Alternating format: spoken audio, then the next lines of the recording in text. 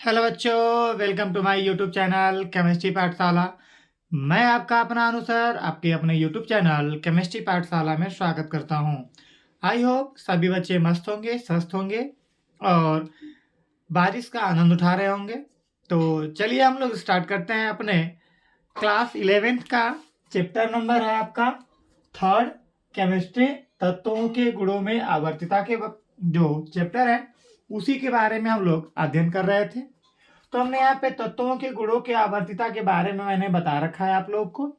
इसके पिछले लेक्चर्स में अगर आप देखेंगे तो उसके बारे में मैंने बता रखा है। आज का हमारा जो टॉपिक रहेगा वो हमारा है परमाणु त्रिज्या को प्रभावित करने वाले कारक के ऊपर। ठीक है, तो आज का मैं हेडिंग लिख दे रहा हूं कि परमाणु त्रिज्या को प्रभावित करने वाला कारक।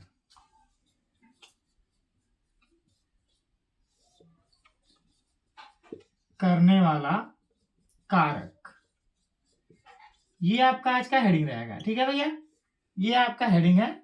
इसी के बारे में हम लोग को क्या करना है, पढ़ना है आज। तो परमाणु की त्रिज्या को प्रभावित करने वाले कारक कौन कौन से होते हैं। तो सबसे पहले तो हम ये जानेंगे कि आखिरकार परमाणु त्रिज्या होती क्या है। तो मैंने आपको परमाणु त्रिज्या के बारे में बता रखा है कि किसी नाभिक से किसी बाह्यतम कोश के इलेक्ट्रॉन के बीच की जो दूरियां होती हैं उसी दूरी को हम क्या कहते हैं, परमाणु त्रिज्या कहते हैं। परमाणु त्रिज्या मैंने आपको बताया था कि यह 3 प्रकार का होता है। पहला मैंने बताया था सहसंयोजक त्रिज्या बताया था, फिर मैंने आपको धात्विक त्रिज्या के बारे में बताया था, फिर मैंने आपको बताया था वान डेर वाल्स त्रिज्या के बारे में बताया था। ठीक है, धात्विक त्रिज्या धातुओं की बनी होती हैं, वान डेर वाल्स जो होती हैं अधातुओं से बनी होती हैं, और सहसंयोजक का मतलब ये होता है कि यहाँ पे इलेक्ट्रॉनों का समान मात्रा में आदान प्रदान होता है समान परमाणुओं के बीच में। ठीक है, तो यहाँ पे जो त्रिज्याएं बनती है उनको हम क्या बोलते हैं, सहसंयोजक त्रिज्या कहते हैं। ठीक है, आज हम इन्हीं के बारे में पढ़ेंगे कि हमारे परमाणु त्रिज्या को प्रभावित करने वाले कारक कौन कौन से हैं। ठीक है, अब यहाँ पे सबसे पहला कारक हमारा आता है प्रभावी नाभिकीय आवेश। प्रभावी नाभिकीय आवेश के बारे में मैंने बता रखा है आपको कि किसी नाभिक के द्वारा सबसे अंतिम या नाभिक का प्रभाव जिस अंतिम कोश पे या जिस इलेक्ट्रॉन पर अधिक मात्रा में पड़ता है उसी को हम क्या बोलते हैं, इसको प्रभावी नाभिकीय आवेश कहते हैं। तो प्रभावी नाभिकीय आवेश हमारी परमाणु त्रिज्या को किस प्रकार से प्रभावित करता है, तो इसके बारे में हमको पढ़ना है। ठीक है, तो यदि हमारा जो प्रभावी नाभिकीय आवेश का मान है अगर उसका मान अधिक होगा तो बाह्यतम कोश के इलेक्ट्रॉन को वह अपने तरफ क्या कर लेता है, खींच लेगा, जिसके वजह से परमाणु की जो त्रिज्याएं होती हैं वो क्या हो जाएंगी, छोटी हो जाएंगी। ठीक है, तो यहाँ पे लिखेंगे, यहाँ पे हम लिखेंगे कि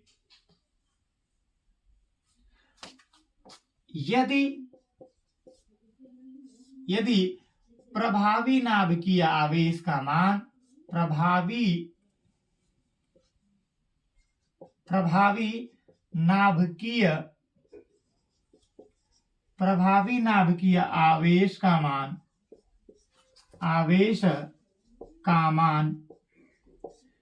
अधिक होने पर प्रभावी नाभिकीय आवेश का मान अधिक होने पर परमाणु त्रिज्या घटती है। क्या होती है, घटती है ना। परमाणु त्रिज्या क्या होती है, घटती है। परमाणु त्रिज्या क्या होती है भैया, घटती है। इसका रीजन क्या होना चाहिए, इसका रीजन क्या होगा, इसका रीजन मैंने आपको बताया, क्योंकि प्रभावी नाभिकीय आवेश का मान अधिक होगा तो आकर्षण बल की मात्रा क्या हो जाएगी, अधिक हो जाएगी, है ना। समझ में आई बात, है ना। क्योंकि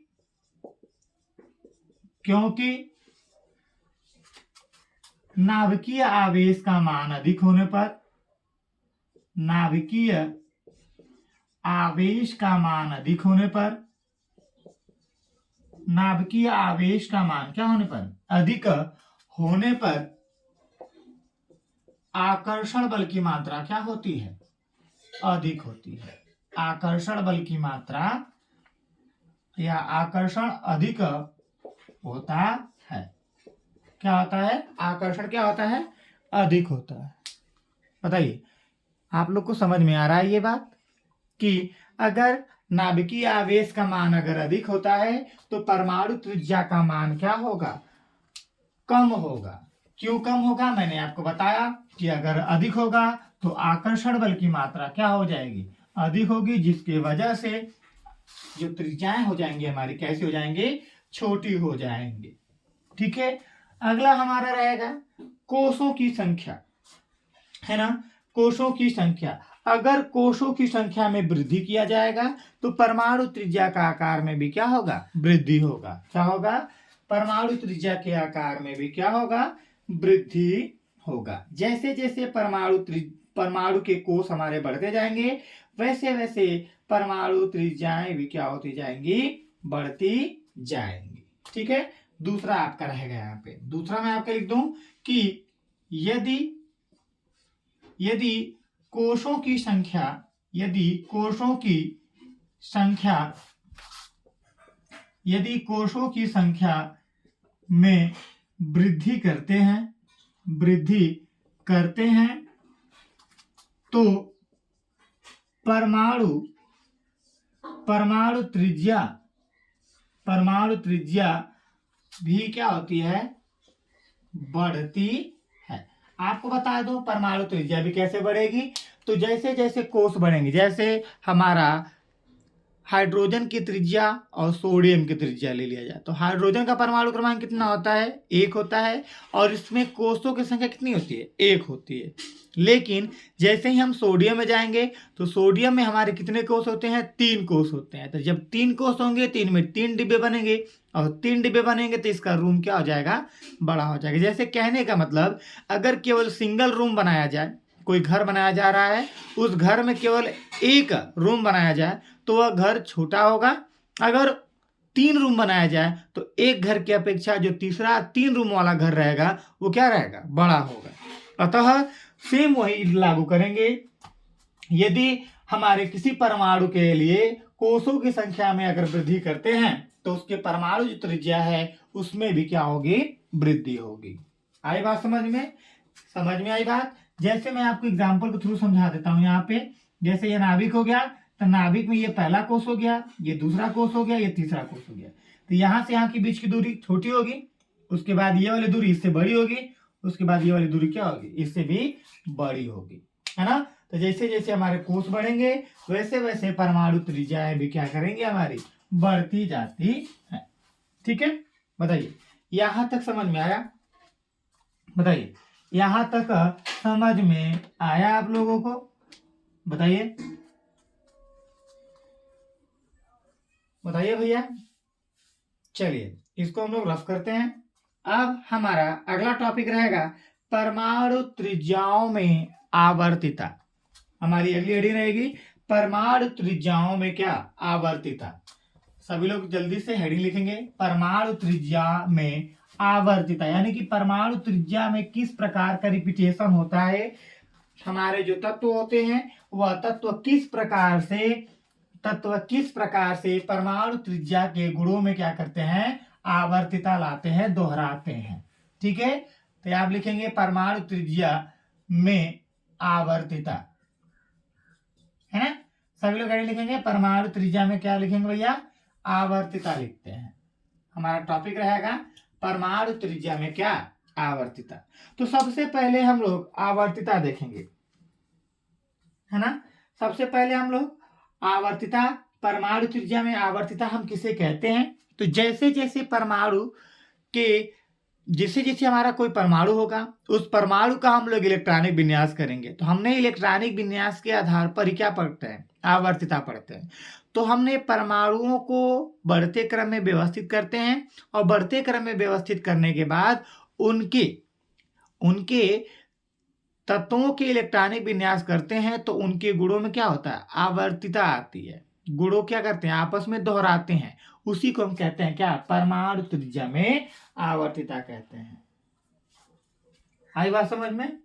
बताइए, समझ में आई?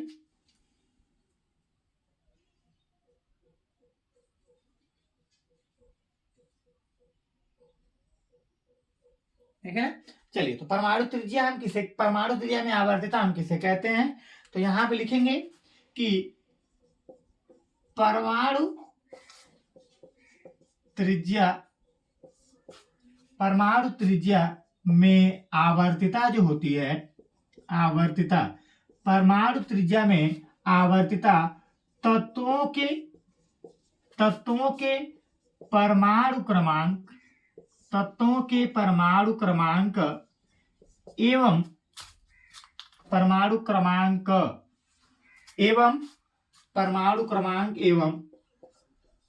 तत्वों के इलेक्ट्रॉनिक विन्यास के आवर्ती फलन होते हैं। आवर्ती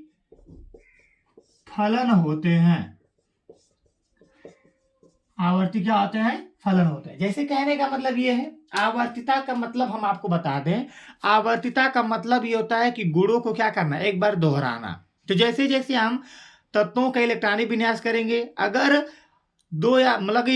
अगर हम तत्वों का इलेक्ट्रॉनिक विन्यास करें और अगर उनके हर एक तत्व के अगर बाह्यतम कोश में या जिन तत्वों के बाह्यतम कोश में अगर समान प्रकार से इलेक्ट्रॉन पाए जाते हैं तो वह एक दूसरे के कैसे होंगे? समान होंगे, है ना।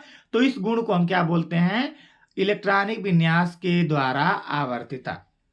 आई बात समझ में? तो वही चीज हमारा है कि जो परमाणु त्रिज्या है वह तत्वों के परमाणु क्रमांक और तत्वों के इलेक्ट्रॉनिक विन्यास की कैसी होती है? आवर्ती फलन होती है। यानी कि इन्हीं के आधार पर हम तत्वों के गुणों में क्या पढ़ लेते हैं? आवर्तिता पढ़ लेते हैं। तो परमाणु त्रिज्या में भी सेम उसी प्रकार से तत्व आपस में रासायनिक गुणों एवं भौतिक गुणों में क्या करेंगे? आवर्तिता को प्रदर्शित करते हैं। तो सबसे पहले आवर्तिता हम लोग गुण जो पढ़ेंगे वो पढ़ेंगे हम किसमें? आवर्त में आवर्तिता। यहाँ पे हमारा हेडिंग रहेगा आवर्त में आवर्तिता, है ना। पहला रहेगा आवर्त में आवर्तिता।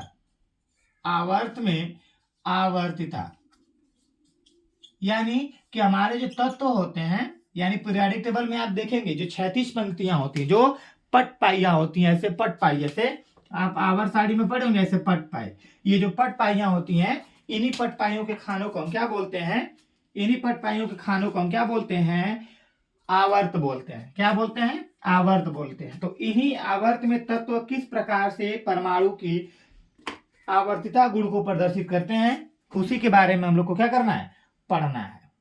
ठीक है। चलिए, तो हमारा हेडिंग आपने समझ लिया कि आवर्त में आवर्तिता का मतलब होता है कि तत्व किस प्रकार से अपने आवर्त में उनकी जो त्रिज्याएं होती हैं अपने गुणों में समानता प्रदर्शित करती हैं, अपने तत्वों के गुणों में आवर्ती गुण प्रदर्शित करती हैं, उसी को हम बोलते हैं क्या? तत्व में आवर्तिता बोलते हैं। बताइए, ये चीज आप लोग को समझ में आ गई है? तो चलिए हम लोग इसको लिखना शुरू करते हैं कि किस प्रकार से लिखते हैं। तो आप ध्यान देंगे कि किसी भी आवर्त में अगर हम दाएं से बाएं जाते हैं या बाएं से कहां जाते हैं? दाएं जाते हैं।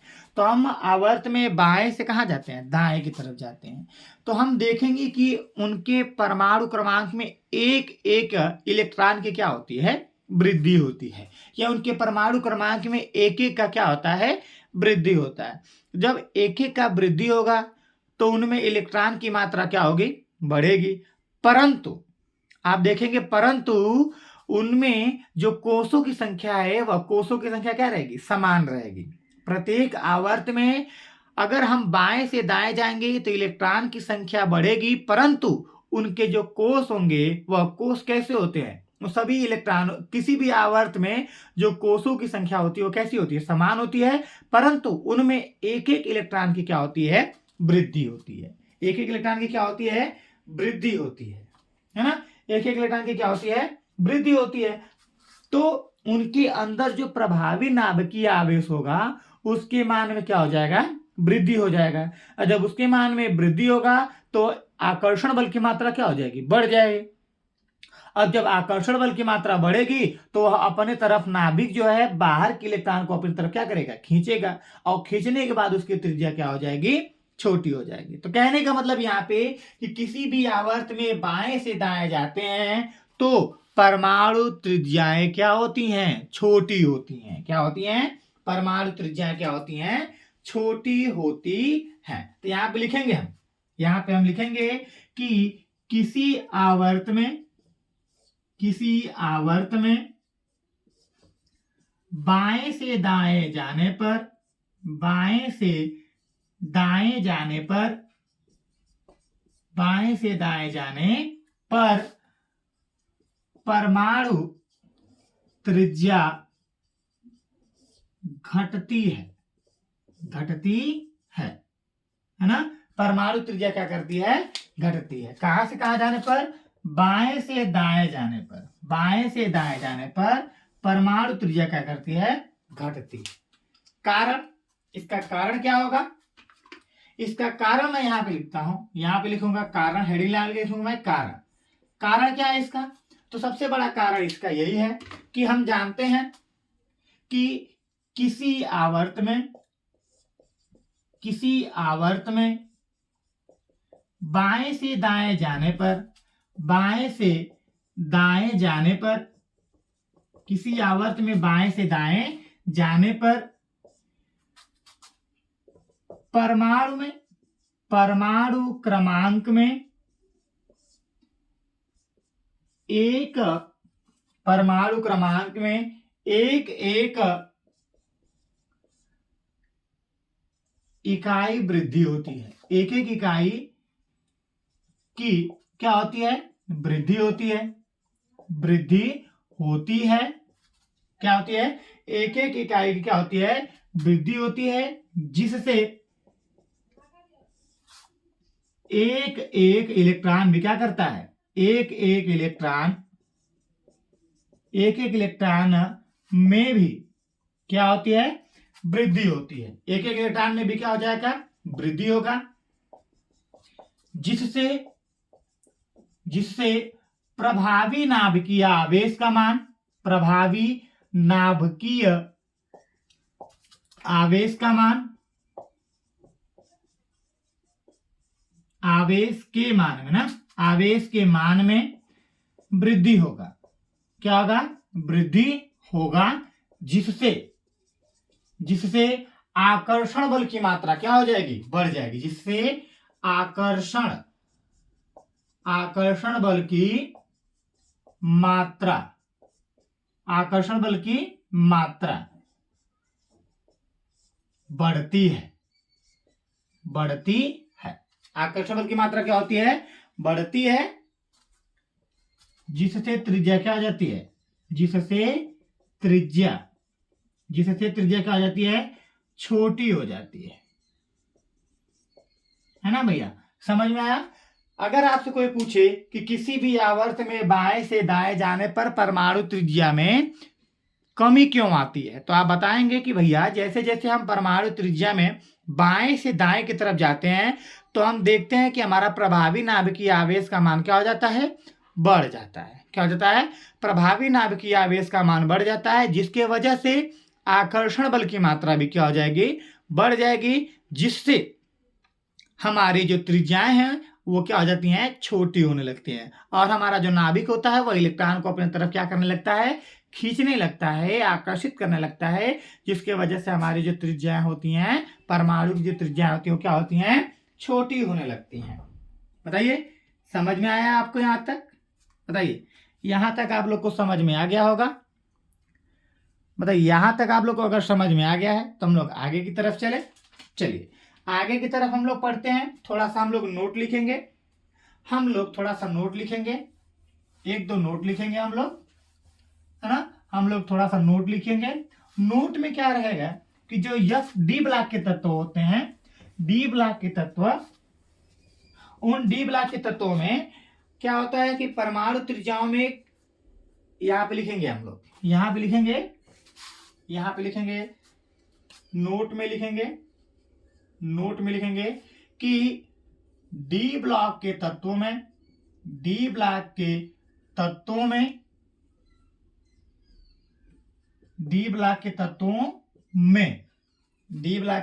में बाएं से दाएं जाने पर, बाएं से दाएं जाने पर, बाएं से दाएं जाने पर परमाणु त्रिज्या में, परमाणु त्रिज्या में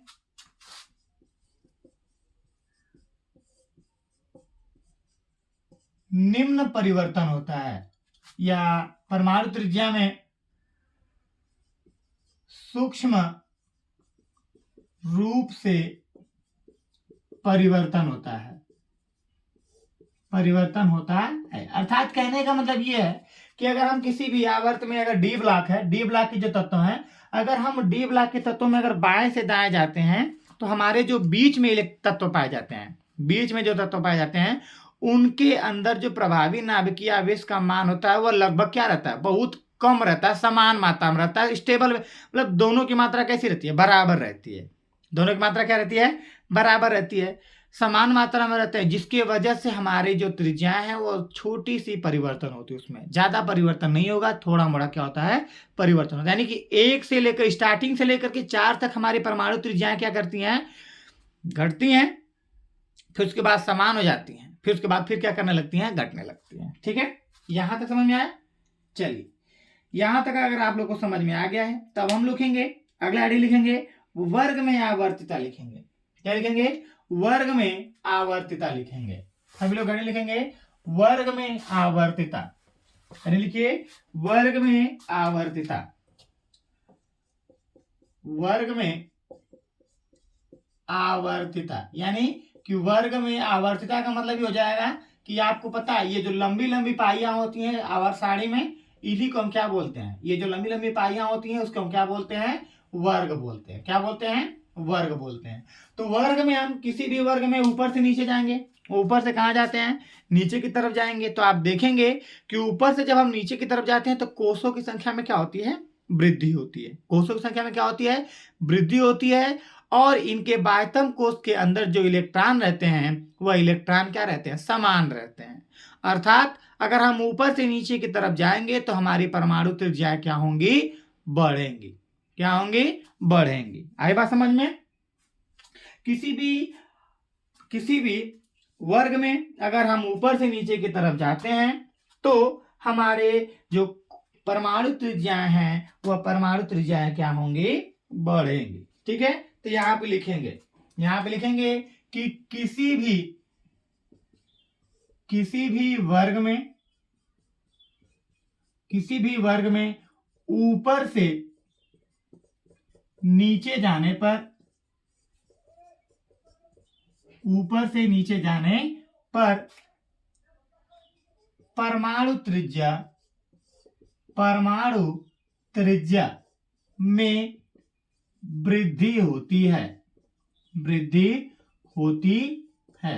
क्या होती है, परमाणु त्रिज्या में क्या होती है, वृद्धि होती है। इसका कारण क्या है भैया, इसका कारण बहुत ही आसान है। इसका कारण यही है कि वर्ग में ऊपर से नीचे जाने पर, वर्ग में ऊपर से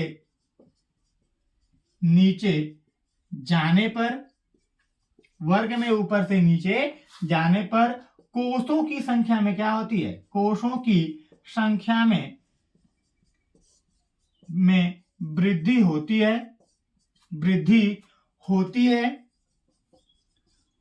है तथा प्रभावी नाभिकीय आवेश लगभग समान होता है। लगभग कैसा होता है, समान होता है, समान होता है। अतः कोषों की संख्या बढ़ने पर, कोषों की संख्या बढ़ने पर परमाणु त्रिज्या में भी क्या होगी, वृद्धि होगी। बढ़ने पर परमाणु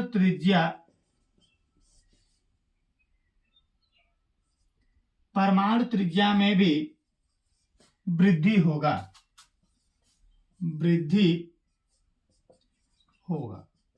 आई बात समझ में।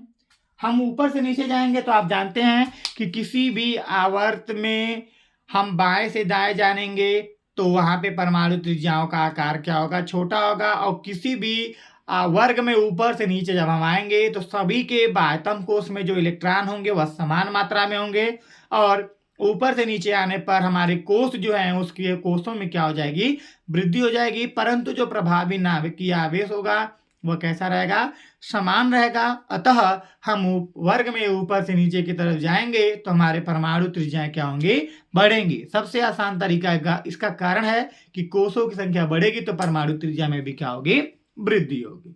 ठीक है, यहां तक आप सभी लोगों को अगर बहुत ही आसानी से समझ में आ गया होगा तो हम लोग आगे की तरफ चले।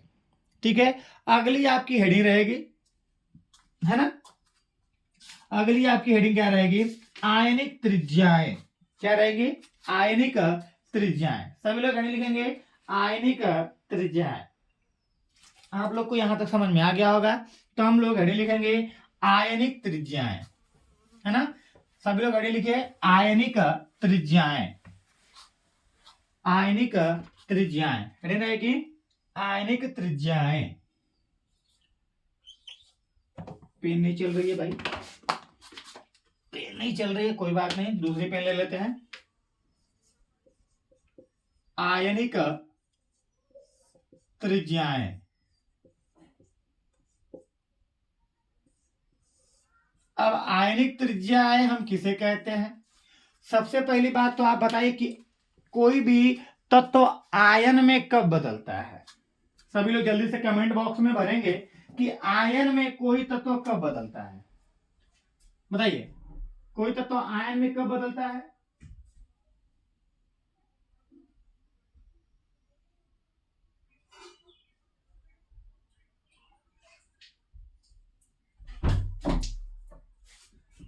बताइए, ब्लरिंग हो गया क्या, कोई बात नहीं।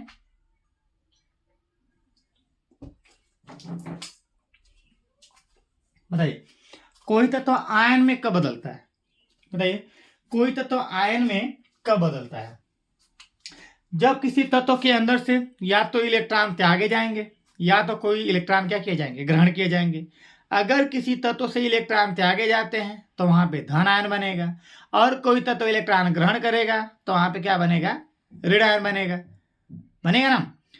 तो इस प्रकार जो हमारे परमाणु होंगे उनकी जो त्रिज्याएं होंगी इलेक्ट्रॉन त्यागने के बाद या इलेक्ट्रॉन ग्रहण करने के बाद, जो भी उनकी त्रिज्याएं बनेंगी वही त्रिज्याएं हमारी क्या कहलाती हैं, आयनिक त्रिज्याएं कहलाती हैं।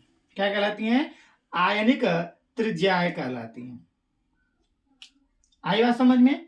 तो यहां पे हम लोग लिखेंगे, यहां पे सबसे सरल भाषा में हम लोग लिखेंगे कि किसी उदासीन परमाणु में, किसी उदासीन परमाणु में, उदासीन परमाणु, किसी उदासीन परमाणु में इलेक्ट्रॉन त्यागने, इलेक्ट्रॉन त्यागने, इलेक्ट्रॉन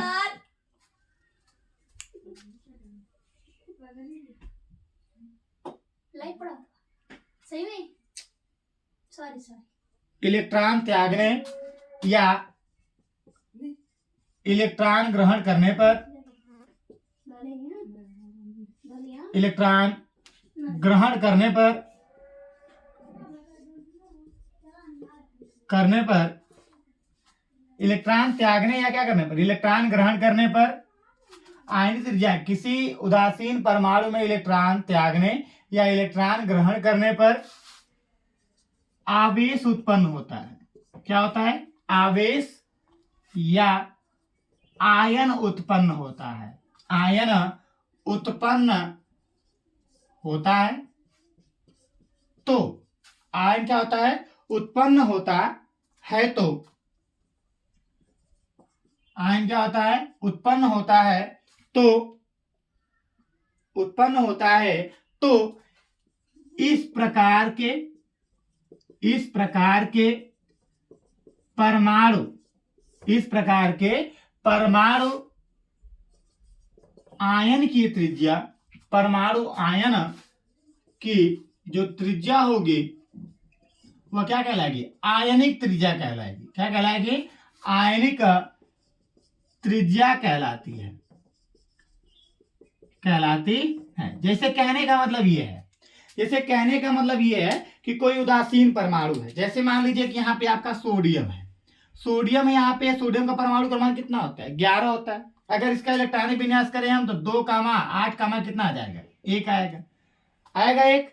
अब यहाँ पे अगर इसका हम परमाणु बनाए, यहाँ पे परमाणु, तो यहाँ पे ऐसे कोष बन जाएगा, यहाँ पे 3 कोष बनेंगे, क्योंकि हमारे यहाँ पे जो इलेक्ट्रॉन डिस्ट्रीब्यूट किया गया है तो यहाँ पे 3 भागों 3 कक्षकों में बांटा गया है। यह के एल और क्या एम, यहाँ पे तीसरे आवर्त का तत्व है और 3 कोष हैं। पहले कोष में 2 इलेक्ट्रॉन भर दिया गया, तीसरे में 8 भर देते हैं, और चौथे में हमारे क्या भर दिए? तीसरे में 1 इलेक्ट्रॉन भर दिए। तो इसकी परमाणु त्रिज्या है 1, 2, 3, ये वाली त्रिज्या होगी, है ना, यहाँ पे होगी। लेकिन अगर हम इसके अंदर से 1 इलेक्ट्रॉन क्या कर दे? त्याग दें। अगर 1 इलेक्ट्रॉन त्याग देते हैं तो यहाँ पे कितने इलेक्ट्रॉन बचेंगे? तब 10 इलेक्ट्रॉन बचेंगे। कितने बचेंगे? 10 इलेक्ट्रॉन बचेंगे। तो इलेक्ट्रॉनिक विन्यास करेंगे तो 2, 8 बचेगा। कितना हो जाएगा? 2, 8 बनेगा। और जैसे ही 2, 8 बनेगा तो यहाँ पे देखेंगे आप प्रभावी नाभिक, यहाँ पे नाभिक बना लीजिए, यहाँ पे आप क्या बना लीजिए? यहाँ पे ऐसे आप नाभिक बना लीजिए। अब नाभिक के यहाँ पे, अब नाभिक के जस्ट बाहर वाले में कितने इलेक्ट्रॉन भरने हैं हमको? 2 इलेक्ट्रॉन भरने हैं, भर दिए। अब इसके बाद कितने भरने हैं? 8 भरने हैं। कितने भरने हैं? 8 भरने हैं। अब यहाँ से जो बाह्यतम कोष में 1 इलेक्ट्रॉन था, वहां से इलेक्ट्रॉन त्याग दिया गया, तो उसकी त्रिज्या क्या हो जाएगी? छोटी हो जाएगी। उसकी त्रिज्या में कुछ तो कमी आएगी, उसकी त्रिज्या क्या हो जाएगी? कम हो जाएगी, होगी कि नहीं? तो यहां से यहां के बीच की जो त्रिज्या कहलाएगी वह क्या कहलाएगी? आयनिक त्रिज्या कहलाएगी। या इस प्रकार के जो तत्व होंगे इलेक्ट्रॉन त्यागने के बाद, तो इनकी जो त्रिज्याएं बनेगी उस त्रिज्या को हम क्या बोलेंगे? आयनिक त्रिज्या कहेंगे। क्या बोलेंगे? आयनिक त्रिज्या कहेंगे। आई बात समझ में? उसको हम क्या बोलेंगे? आयनिक त्रिज्या कहेंगे। ठीक है। अब आयनिक त्रिज्या हमारी यहाँ पे समझ में आया। तो आयनिक त्रिज्याएं कितनी प्रकार की होती हैं? 2 प्रकार की होती हैं। आयनिक त्रिज्याएं कितनी प्रकार की हो जाएंगी हमारी? 2 प्रकार की होंगी। जो आयनिक त्रिज्या होती हैं वो कितने प्रकार की होंगी आपकी? 2 प्रकार की होंगी, है ना। तो यहाँ पे लिखेंगे आयनिक त्रिज्या 2 प्रकार की होती है। यह आप लिखेंगे यह 2 प्रकार की होती है। कितने प्रकार की? 2 प्रकार की होती है। ये कितने प्रकार की होती है? 2 प्रकार की होती है। आपको पता है कि आयन हमारे कितने प्रकार के होते हैं? आयन हमारे 2 होते हैं। धन आयन होता है, वो क्या होता है? ऋण आयन होता है। तो हमारी त्रिज्याएं भी उसी हिसाब से होंगी। कितने प्रकार की? 2 प्रकार की। एक धन आयन होगा और दूसरा क्या हो जाएगा आपका? ऋण आयन हो जाएगा। तो पहला आपका हो जाएगा धनायन त्रिज्या है, धनायन की त्रिज्या पहला हो जाएगा आपका धनायन की त्रिज्या, धनायन की त्रिज्या हो जाएगा। और दूसरा आपका हो जाएगा क्या? दूसरा आपका हो जाएगा ऋण आयन की त्रिज्या, ऋण आयन की त्रिज्या। पहला आपका धनायन की त्रिज्या हो जाएगा और दूसरा आपका क्या हो जाएगा? ऋण आयन की त्रिज्या हो जाएगा। अब धनायन की त्रिज्या किसे कहेंगे? अगर कोई तत्व इलेक्ट्रॉन त्याग देगा तो उसके ऊपर धनायन बन जाएगा, और इस प्रकार जो परमाणु की त्रिज्या बनेगी उसको हम क्या बोलेंगे? धनायन की त्रिज्या बोलेंगे। और जो धनायन की त्रिज्याएं होती हैं अपने मूल तत्व की त्रिज्या से क्या होती है? छोटी होती है। उनकी जो त्रिज्याएं क्या होती हैं? छोटी होती हैं, है ना। तो हेडिंग लिखेंगे हम लोग धन आयन की त्रिज्या में, हेडिंग लिखेंगे धन आयन की त्रिज्या में। आप लोग हेडिंग लिखिए जल्दी से। धन आयन की त्रिज्या में हेडिंग लिखेंगे। धन आयन की त्रिज्या किसे कहते हैं? तो यहां पे लिखेंगे धन आयन की त्रिज्या, धन आयन की त्रिज्या, है ना। धनायन की त्रिज्या में आप लोग हेडिंग लिखेंगे। तो धनायन की त्रिज्या किसे कहते हैं?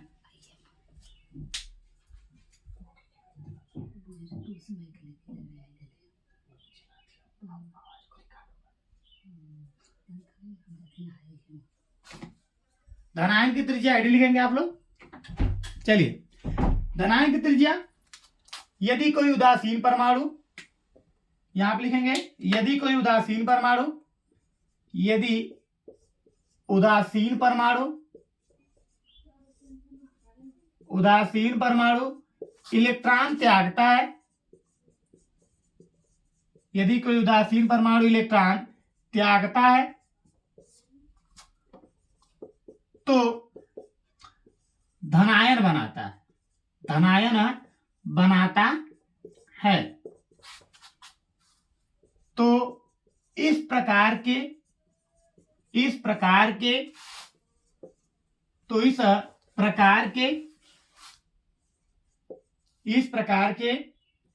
परमाणु की त्रिज्या, इस प्रकार के परमाणु आयन की त्रिज्या धनायन की त्रिज्या कहलाती है। धनायन की क्या कहलाती है? त्रिज्या कहलाती है। धनायन की त्रिज्या कहलाती है। त्रिज्या कहलाती है। क्या कहलाती है? धनायन की त्रिज्या कहलाती है। जैसे अभी मैंने आपको सोडियम के ऊपर बताया, यहां पे हमने लिख लिया सोडियम। सोडियम का परमाणु क्रमांक 1, 2, 8 कितना 1। तो यहाँ पे जो कोषों की संख्या है वो कोषों की संख्या कितनी है? 3 है। यहाँ पे कोषों की संख्या कितनी है? 3 है। और यहाँ पे जैसे ही हम यहाँ प्लस ले लेंगे, यानी कि 1 इलेक्ट्रॉन त्याग दिए। अब 1 इलेक्ट्रॉन त्याग दिए तो यहाँ पे कितने इलेक्ट्रॉन बचे? 10, 2 कितना 8। अब यहाँ पे कोषों की संख्या कितनी हो गई? 2 हो गई। कितनी हो गई? 2।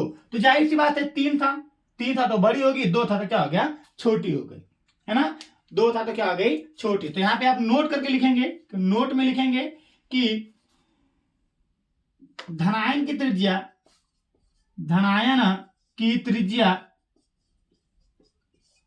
अपने मूल परमाणु की त्रिज्या से छोटी होती है या कम होता है। इसकी त्रिज्या क्या हो जाएगी? कम हो जाएगी। बताइए, यहां तक आप लोगों को समझ में आया होगा? बहुत ही बेटर तरीके से आप लोग को यहां तक समझ में आ गया होगा। किसी को कोई दिक्कत नहीं होनी चाहिए यहाँ पे। अब हम लोग यहाँ पे जो बच्चे चैनल पर नए होंगे वो चैनल को सब्सक्राइब करना तो बिल्कुल नहीं भूलेंगे, और लोगों के पास भी ये मेरे चैनल को प्रसारित करेंगे कि नहीं, हाँ सर पढ़ाते हैं केमिस्ट्री, आप लोग उनसे आके पढ़ लीजिए।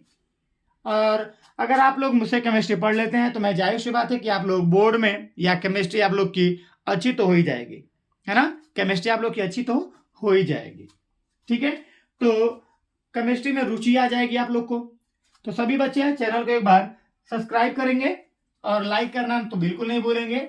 अब यहाँ पे हम लोग पढ़ेंगे, लास्ट हेडिंग हमारी रहेगी आज की, ऋण आयन की त्रिज्या। क्या रहेगी? ऋण आयन की त्रिज्या। सबसे लास्ट हेडिंग रहेगी ऋण आयन की त्रिज्या। हेडिंग लिखेंगे सभी लोग, ऋण आयन की त्रिज्या।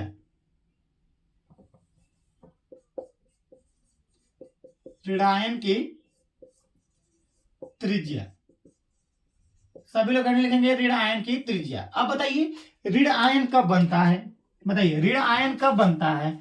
ऋण आयन कब बनेगा? जब कोई तत्व इलेक्ट्रॉन को क्या करता है? ग्रहण करता है। जब कोई तत्व इलेक्ट्रॉन को क्या करेगा भैया? ग्रहण करेगा। तो वहां पे क्या बनेगा? वहां पे क्या बनेगा आपका? वहां पे बनेगा आपका, वहां पे आपका बनेगा क्या? ऋण आयन बनेगा। क्या बनेगा? ऋण आयन बनता है ना।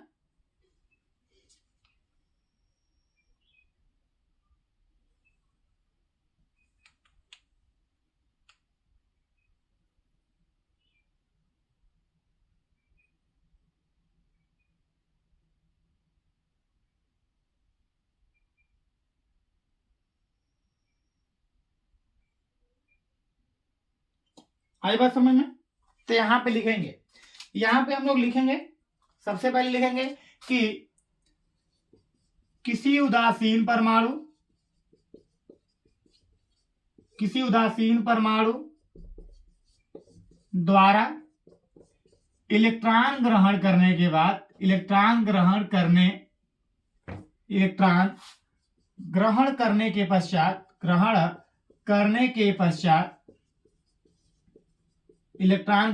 के पश्चात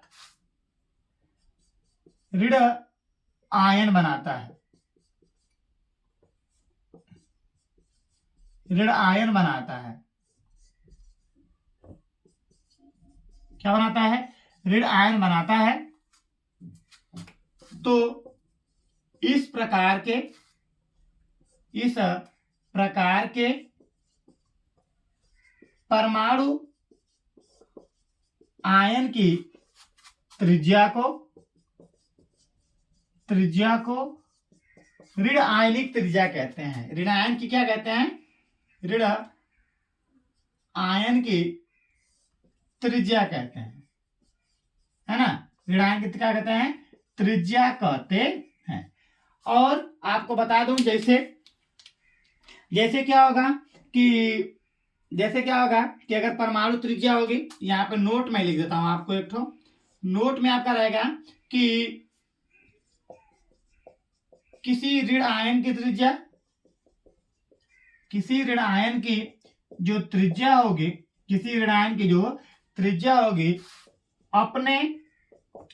मूल परमाणु की त्रिज्या से क्या होगी? परमाणु की त्रिज्या से मूल परमाणु की त्रिज्या से क्या होती है? अधिक होती है। क्या होती है? अधिक होती है। अगर हमारी अधिक होती है, कैसे अधिक होती है? तो जैसे हम परमाणु के अंदर इलेक्ट्रॉन ग्रहण करेंगे तो नाभिकीय आवेश का मान क्या हो जाएगा? कम हो जाएगा। और यहाँ पे प्रतिकर्षण बल की मात्रा अधिक हो जाएगी। तो उसको दूरी बनाने के लिए, इस मात्रा को संतुलित करने के लिए जो परमाणु त्रिज्याएं होती हैं अपने में क्या कर लेती हैं? वृद्धि कर लेती हैं। ठीक है, तो आई होप आप सभी लोगों को यहाँ तक समझ में आ गया होगा। तो मैं आप लोग को यहीं पे पढ़ाने के बाद अगले टॉपिक को कल के लिए छोड़ता हूं। तो हम लोग आज बस यहीं तक पढ़ते हैं। सभी प्यारे बच्चों से यही कह रहा है कि चैनल को जो नए होंगे सब्सक्राइब करेंगे, और जो पुराने होंगे वह लाइक करेंगे और लोगों के पास चैनल को भेजेंगे। ठीक है, तो आज के लिए बस इतना ही। Bye bye.